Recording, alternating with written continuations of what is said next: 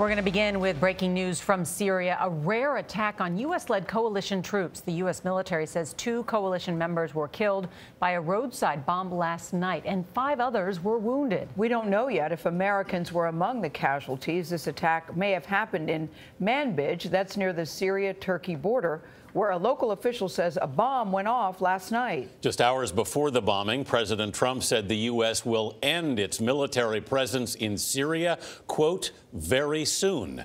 His comments came shortly after the Pentagon said American troops need to stay there. Major Garrett's at the White House. Major, good morning. Good morning. Without a Secretary of State and with one national security advisor on the way out and another one on the way in, President Trump yesterday began to improvise about what comes next in Syria. Say good morning to the National Park Service. And in so doing, caught the State Department and Pentagon off guard, leaving advisors in both places scrambling to figure out what the president meant and what it might mean for U.S. military action there against ISIS.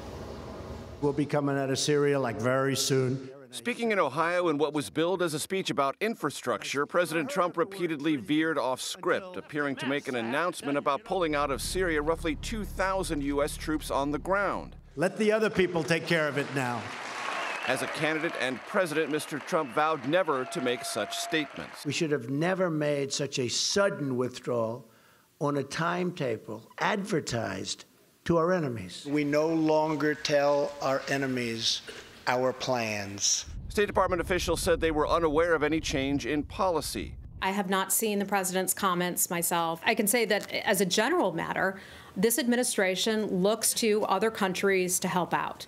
The president's comments contradict U.S. officials who tell CBS News the administration has yet to present a timeline for the U.S. to exit Syria. One official said leaving within 6 months cannot be done, quote, responsibly. That's why I made some changes.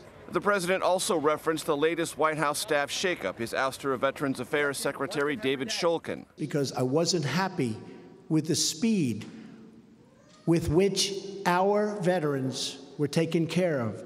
Mr. Trump is dealing with a shrinking inner circle in recent days. He lost his longest-serving and most trusted political aide, Hope Hicks, who left her post as White House Communications Director just yesterday, joining a list of more than 24 officials to part ways with the Trump administration. Defense Secretary James Mattis and the chairman of the Joint Chiefs of Staff, Joseph Dunford, met yesterday for the very first time with incoming National Security Advisor John Bolton. Mattis was overheard on camera joking to Bolton, "I've heard you are the devil incarnate, and I wanted to meet you." Bolton laughed, and Gayle, this is what now passes for humor, national security style, in the Trump administration. Ooh, yikes. Thank you very much, Major.